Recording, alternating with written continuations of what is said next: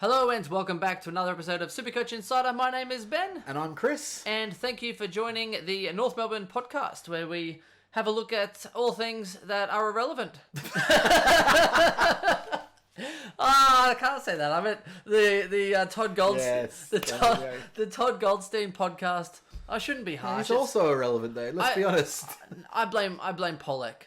Can we be fair? Everyone hates Pollock. I have forgiven Elliot Yeo. I have forgiven Doherty, but Pollock can go and get fucked. Very cool. Who trades out to go home and then goes to Victoria, honestly.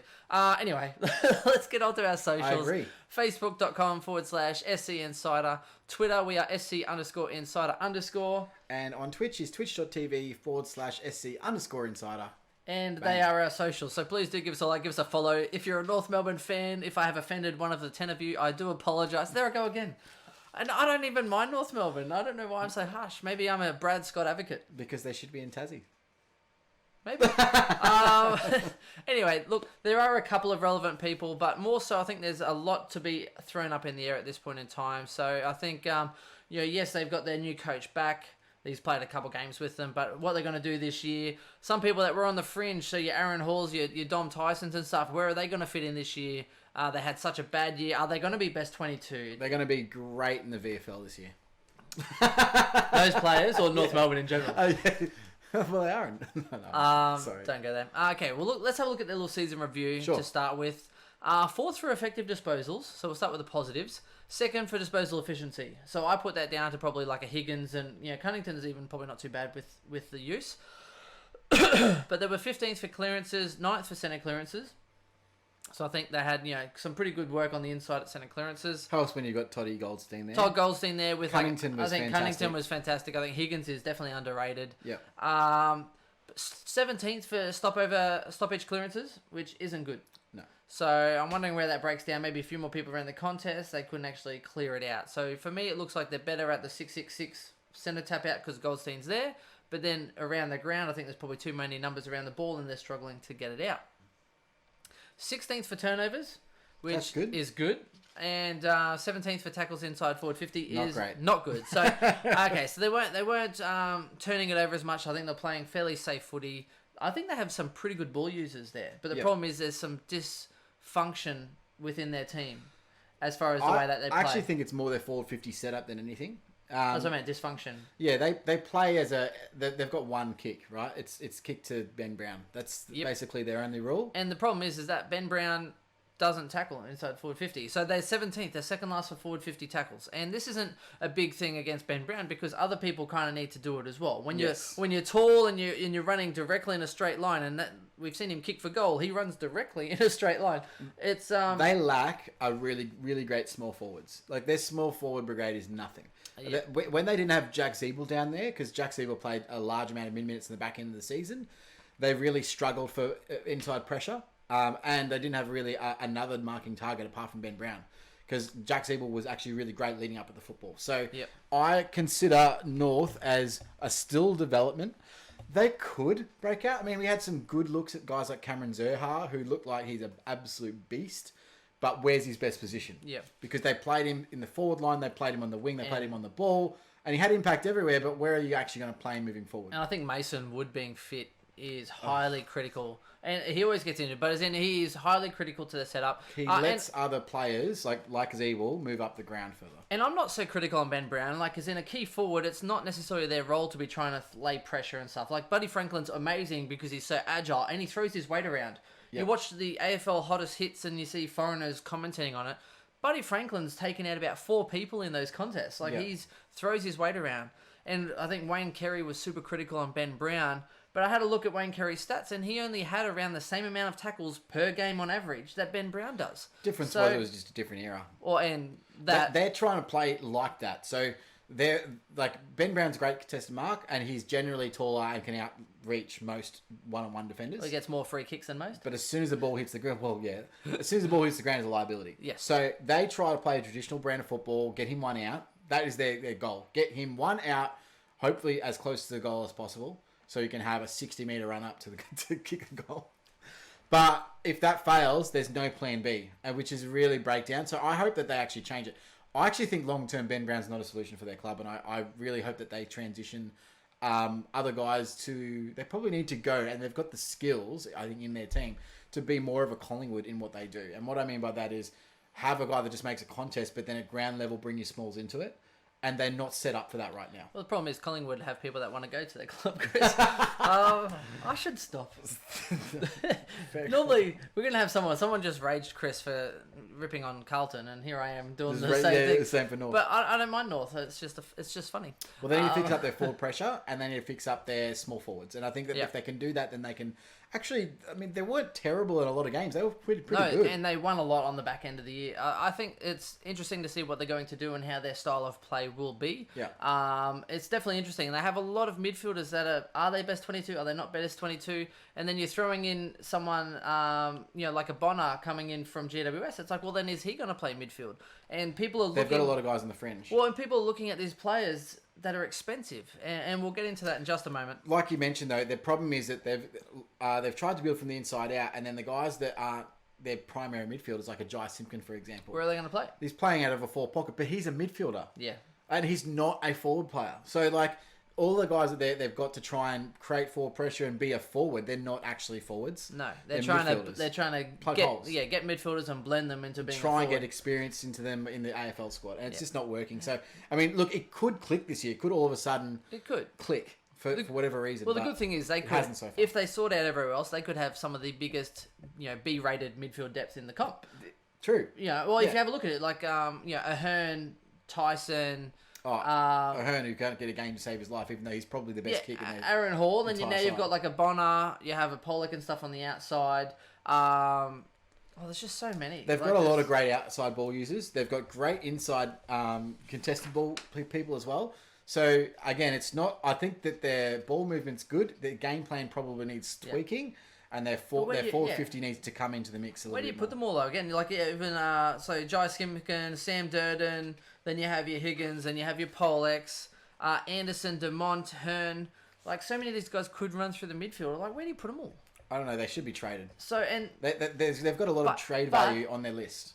Looking at it though, where does then everyone's saying Bonner's going to go into the midfield? Yeah, he's a bigger body guy, but they brought in a Hearn to sort of play some bulk stuff. So I don't have that much faith in Bonner starting in the midfield. He might, and I'm watching that, and you have to watch it. But he could easily have one bad game, and then out you go, someone else. I don't think there's any chance that he plays midfield minutes. There's a few reasons why, but I mean they've got Ben Cunnington, who's arguably one of the top 3 clearance players of the league last year. Yep. You've got Luke Davies-Uniacke, who's a very high draft pick, who that's what they want him to do. Yep. And he should be playing major mid-minutes this year in that role. And then you got guys that aren't even playing, like Aaron Hall, who wants to play more inside. Like you mentioned, Ahern, who is more of an inside-outside player. And then you've got your Silky Smooths in your Anderson and your Higgins, etc., that play that third type.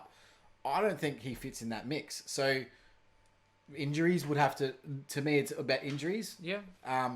It'll be interesting to see. Not a first-team midfielder. Yeah, and I think people get a little bit carried away with the fact that maybe North Melbourne didn't have the best year, so you get a guy from GWS who couldn't get a game. But their midfield was pretty good. Yes, correct. I agree. I do agree with you, and that's where it happens. Okay, so let's have a look at their draw. 8th hardest draw, so middle of the road according to Champion Data. They play Brisbane, Carlton, Essendon, Hawks, and Western Bulldogs twice. Yep. So not too bad. All teams they could beat or could lose to. Yeah, so that's on a good day, I think that's 50-50. 4 of the 5 teams that North Melbourne played twice finished above them on the ladder though. So that's probably why it's a little bit harder, but not the best thing. Not too hard, but definitely above them on the ladder. Brisbane obviously the best of the lot for last year. Yep. They played just 2 top 8 sides in their first 8 matches of the season. So probably a good point of difference to start. Starting draft. First 8 for draft particularly. Get a draft player and then trade him at round 7. Or if, say, a Bonner does, at his inflated price, play a good role for 8 weeks, he could score well. Here's the issue, though. Yep. Is that they then play the run of 5 games of finalists before the bye.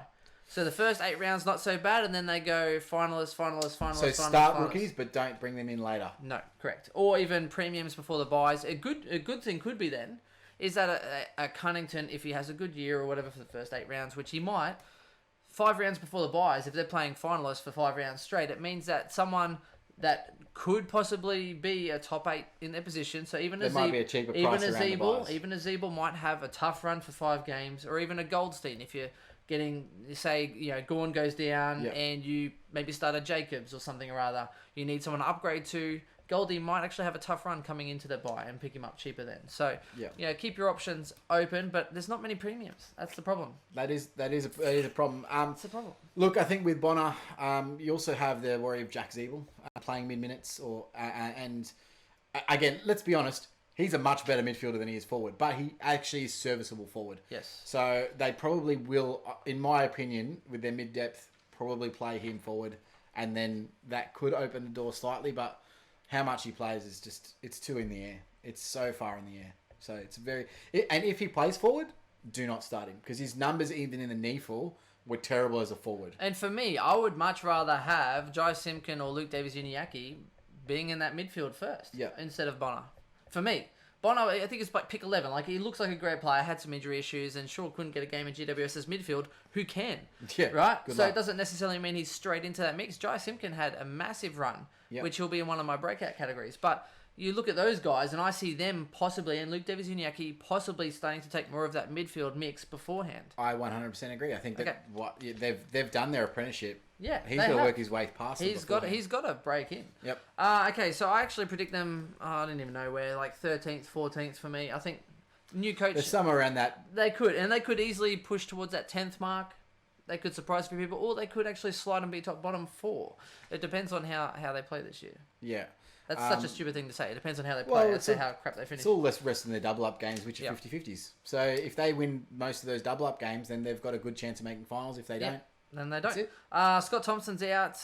Wright retired, and Bernard's coming in. So it'll be interesting. I think, not really much happening as far as the ins and outs this year. Well, I don't think Scott Thompson really impacts them too much behind the ball, because as long as they've got a healthy list. Yeah. Because I thought last year with Robbie Tarrant, I thought he was absolutely fantastic. Yep. And who else do they have behind the ball that was really good last year? McKay played the first first game, I think. Buckets. Yep. Yeah. Yep. And they had the other one. The other one is probably Durden. Durden is the other 285k defender. He also was taking some of the reins. So he's played a few. But all good. Yeah, but Robbie Tarrant played absolutely well, fantastic. Durden, they reckon, will take more of the reins in 2020. So he could be a good option. He's not sure how SuperCoach relevant will be, basically, but he could go close to 80. So watch and see. Too expensive for draft for me, but they have said that McKay and Durden will possibly... Sam Durden will take more of the reins in that defensive line this year. Makes sense. So I did watch an article on that one. Okay, premiums Goldstein. So he was 609k, average 22 games, average at 112.2. Did go massively in the end there. For those like Chris that traded out, I think Gorn when he missed a game for Goldstein, would have been a much better option than what I did and traded Gorn back into my side. It was a fantastic option right up until the last game of the season when he went like 69 or something. But Goldstein went Gorn massive. Went 212. Goldstein scored a 176 for there. So, look, he averaged 128.1 after the bye. So you can't be upset with Goldstein if you brought him in instead. After the bye though, Chris, listen to this. He went 131, 148, 132, 124, 132, 118... 123, awesome. 176, and then a 69 to finish, which the 69 he got was from Gorn, which is really weird because they're both tall and that would just be awkward. I didn't realise. I just noticed that they picked up Josh Walker from Brisbane. Yeah, in defence. Okay, so Josh Walker will probably... I reckon that's for straight for defensive. Yeah. Josh Walker's, I think, great. He played fantastic with Lions. He was playing defensive, great in defence, but I don't think the Lions really need him as much. I think he could actually be really great for North Melbourne in that defensive I do, line. and I think he's probably the first cab off the rank in defence for injuries because... Oh, he might even Tarrant start. Notoriously gets injured. He might even start. Really, you reckon? I think so. Over He Buckets? might. Buckets is... Yeah, maybe they'll give him first crack, but if Buckets, has a leak... Hey. There's a hole in my bucket. Dear Liza. Liza. The next one, Brendan Cunnington. So be cautious. He averaged 102 for the year, which is highly funny because... It's horrendously low considering what he was averaging. He averaged 113 in his first 14 rounds. He had high, literally, and then he averaged 81.85 his last 7. So I remember how we said, we will not find a top 100 player with Ben Cuddington. And we found one, but I'm guaranteed he wouldn't have been top 100 after the end of the season. It wasn't role related, so I'm thinking the injury or something held him back because he was absolutely on a tear. He was on a tear. But he can go on purple patches, and maybe that's just what it was. It was just a big purple But he was patch. on such a great patch. But the problem was he just, I don't know, maybe got more attention and just didn't. Did he? I don't know. I think He just shit the bed. wow. Turds are still going to be turds, bro. Jeez, yeah, the farmer lifestyle. He's a good AFL player. Yep, I agree. Average SuperCoach player. I was surprised when he was like the top 5 at one point. I was like, wow, this has come out of nowhere. Like he's been around for a while on hot streaks, but yeah, I mean he had high games though of 159, a 146, 132, 133, 129, 127. Good scores. Great scores. And then he also had lows of 46, 54, 59, and 66. And that's where you average kind of. I think he tailed off with North Melbourne season. And when they got a new coach? Well, it's also true. Yeah. Changing things around, changing the dynamic. Maybe he couldn't sleep setup. at night calling Brad. Brad. Someone to watch. I think at his price, I think it may be a good pickup in drafts, but there's no way in standing. Oh, the 102 average, I don't mind. You could probably get a little bit of value out of it. Yeah. But it depends. I've always thought of him as maybe a cap 105 player anyway. Yeah. So, I don't know. We'll see how we go. I'm pretty much with you there. And Zeeble is the last premium. 493k forward mid. Had some great games, had some shit games, and that was pretty much when I picked him up. Well, not only that, he's very, as a player, very bipolar. Oh, yeah. And it's role dependent. Well, as in, yeah, I'm sure, like, that sounds real bad, but do you know what I mean? Like, as in, sometimes he's hot, sometimes he's not, sometimes you're feeling it and you're confident in him, and then other times you're like, what the F am I doing with Jack Zeeble? I mean, if you look at these games, so yeah, he had 10 hundreds, and he had some good games, a 140, 133. He did average 97.3 his last 14 rounds, so for people that brought him in when his role started to change, or if you threw a couple of bets on like I did when his role started to change. Well, here's my issue. I brought him in over Dunkley. So, mate, you should have listened to me and started Dunkley over Gray. Yeah. Well, I took a risk. I'd love to know. Risk it for the biscuit. I would love to see what my team would have came like? last year if I started Dunkley instead of Gray. Like if you can work. Well, because out Gray total got points. injured and dropped in price, and you couldn't afford anyway. Well, it cost me an extra trade. Did you get in Westhoff? Then And I then traded Westhoff to got someone else. dropped. Oh man. Oh, the best news. That was great banter last year. Don't even want to. It could be me this year. So let's know. Hopefully it is. Anyway, so let's have a readout on how up and down he is. So he scored a 126, and then he follows it up with a 68. He goes a 140, backs it up with a 50. Then he has a couple good games, a 110, a 133, 80, 121, 126, 57, 65, 70.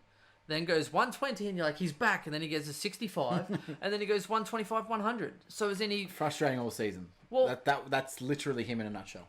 He only backed up a couple of games twice in a row. Like a couple good games, couple bad games, good game, bad game, good game. It's his role because sometimes he starts on the ball and other times he starts forward, and it's just like, well, every game's different. For a 97.3, I don't like. Do you like him in draft even? Like he's good, he's reliable. I don't like him. Do you want to ride that? I'd rather verse him in draft and hope that he has a 57 or a 65. I'd pick him up in draft, but I'm not going to pay overs for him. No. I might pay 92 for him. Yeah, but see, 97 average. I was thinking like 95's kind of like, I don't know if I want to pay 95. Nah, no.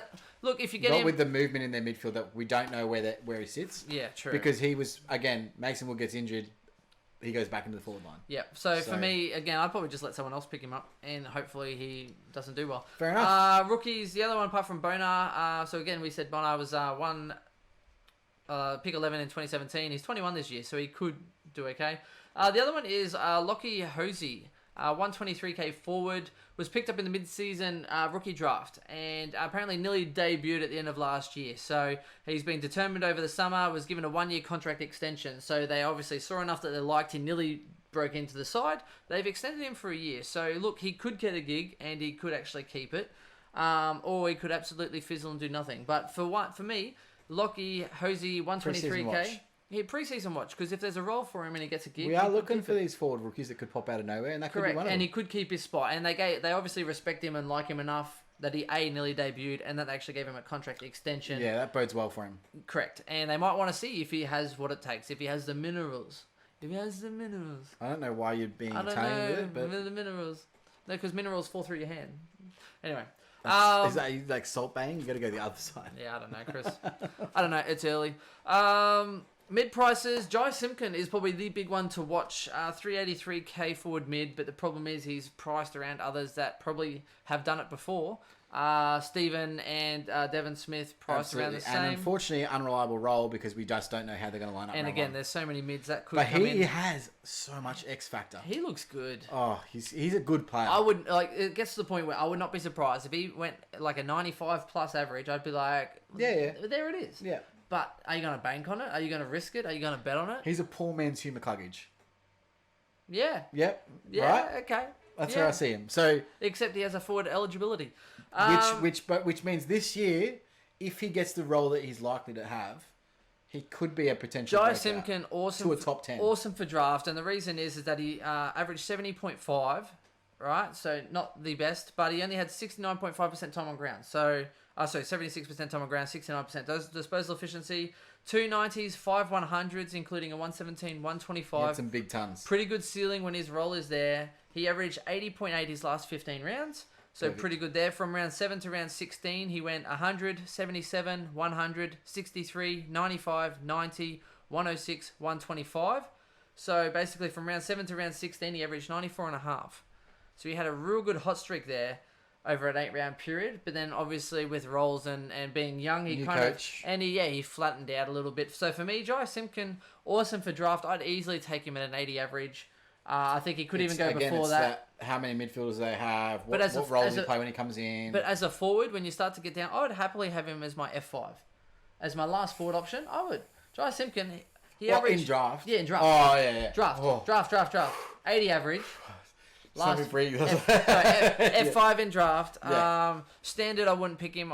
He could average 95, but the risk is there. I see others he's the guy that if, like, let's say Jack Stephen fouls or Brayshaw fouls or Smith fouls, you can maybe get that little bit extra to get up to him in the early rounds. Yeah, he could. I see, if anything, he might actually go really well in the first 8 rounds, and then people will get hyped up and jump on, and then all of a sudden they play 5 hard rounds, and he could level out. So that's for me, awesome in draft. You could actually pick him up, and he could average you 95 for the first 8 rounds, and then you trade him.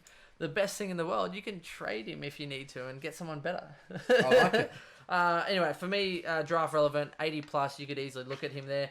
Luke McDonald, bench option in draft if you're desperate enough. He is cheap though, 327k. He all the talent in the world, just doesn't do anything with it. All the talent in the world. He's got like an 87, but new coach, maybe they've had a look in. Maybe they'll give him a better role. Maybe he'll kick out. Or they'll use him a bit more coming out of defence. Well, you got to remember Scotty Thompson. So he's a big opening in their defence because Scotty Thompson took the majority of their kickouts for the last 2 years. Yep. I don't know if they're giving it to McKay or anyone. Maybe Durden. Durden might get the kickouts, which is where he comes in. Who's doing it? I don't know. Luke McDonald's their longest kick. He could. They could do a Daniel Rich. This is what I mean. So there could be an up spike in Luke McDonald's numbers. Who else do they have back there that's a decent kick? Higgins took some kickouts at times. McMillan. They could try. He could chip and wouldn't even have to chip and run. He just run and kick. McMillan was a very large distributor off half back, and he was almost their go-to mover of the football. So that could be another one. I think that impacted him. So it's interesting. I'd be watching Luke McDonald. I'd be watching McMillan. I'd be watching whoever they're using out of that defence line because we know those that get kickouts, they get a huge influx in price. Yeah. Well, I know McMillan had a couple of like high 30, 40 possession games. Big games. Just where he was, basically the conduit, basically the Jake Lloyd. Pass to McMillan and he'll set up the play and move the ball forward. So Yep. So for me, Luke McDonald, he was injured round 4 on 37, and injured round 17 on 50. So his true average is 63.3, which is not good. Yeah. But he did average like 87 the other year, and it was a couple years ago. So people forget how he did show some talent, and that's what kind of gets you sometimes for a draft bench option if he shows something in the preseason. In that he played a lot more midfield time in the back end of the season to and he was also kicking his average, getting up there and kicking goals from like the 50-meter line. So True. He is very talented. He hasn't shown much lately. He did have twice injury affected games last year. He only had one score over 72 though last year, which is not good. But again, as a smoky, and that's why I picked up deep leagues. Yeah. Well, a couple of years ago I picked up Sean Higgins. Real late because he was injured and no one liked him anymore. You know what I mean? So these kind of people you have to look for. I don't mind taking a risk on him if they show something in the preseason. If something comes out or something has a look. Durden, again, highly spoken about, so I wouldn't even mind him. He did average pretty well.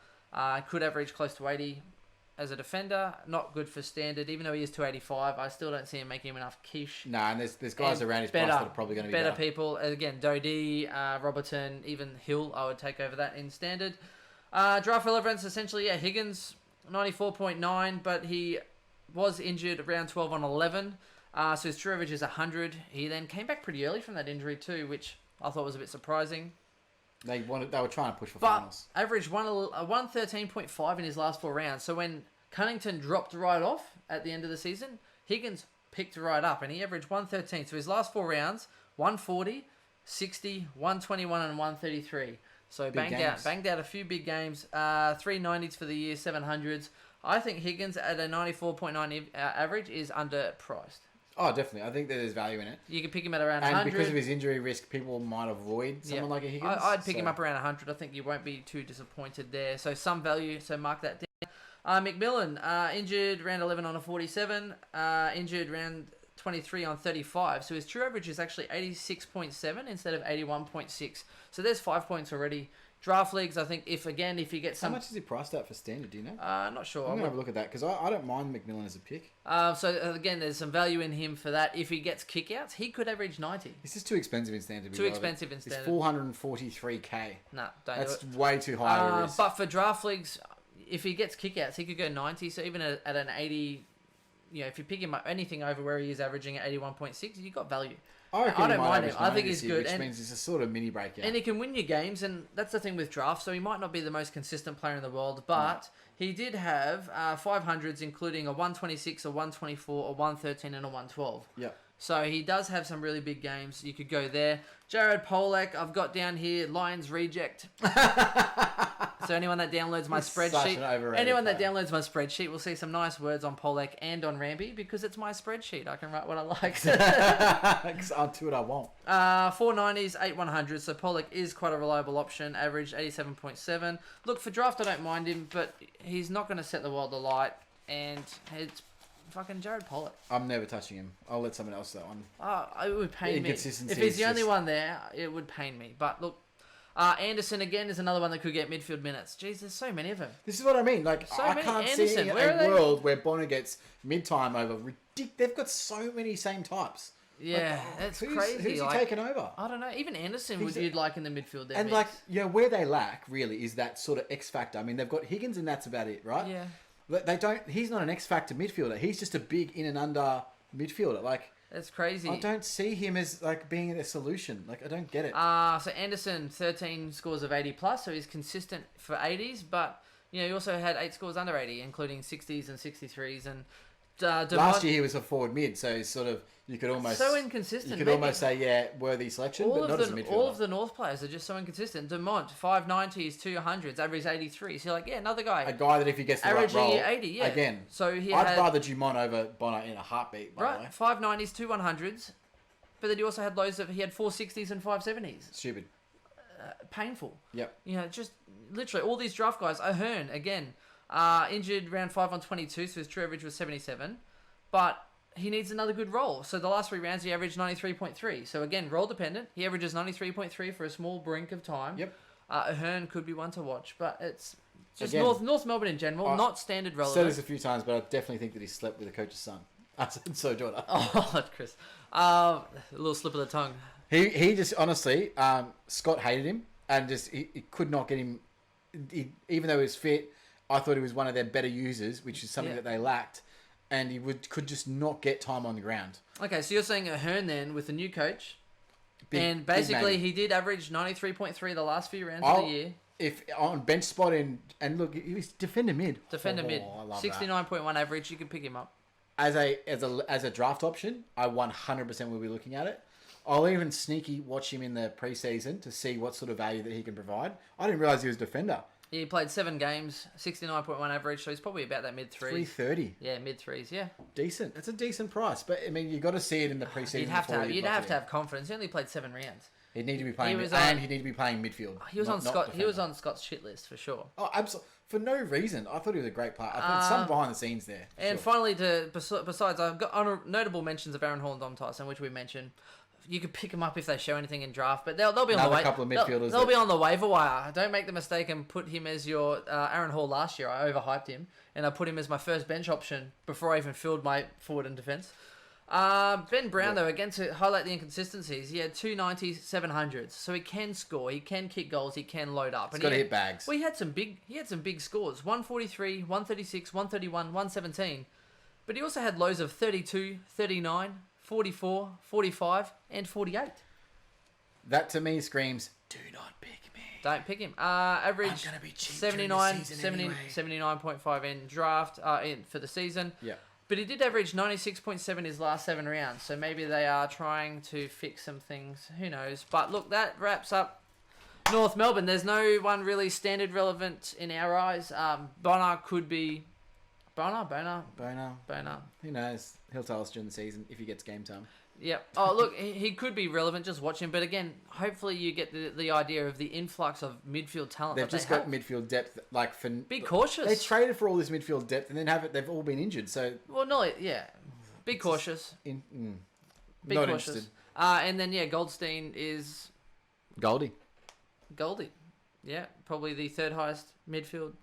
Ruck. Ruck. He'll probably still be the third highest, or maybe Lysette, but he'll be top 5 for sure. Yeah, look, anyway. So if you were thinking about picking some of these players, stick to draft.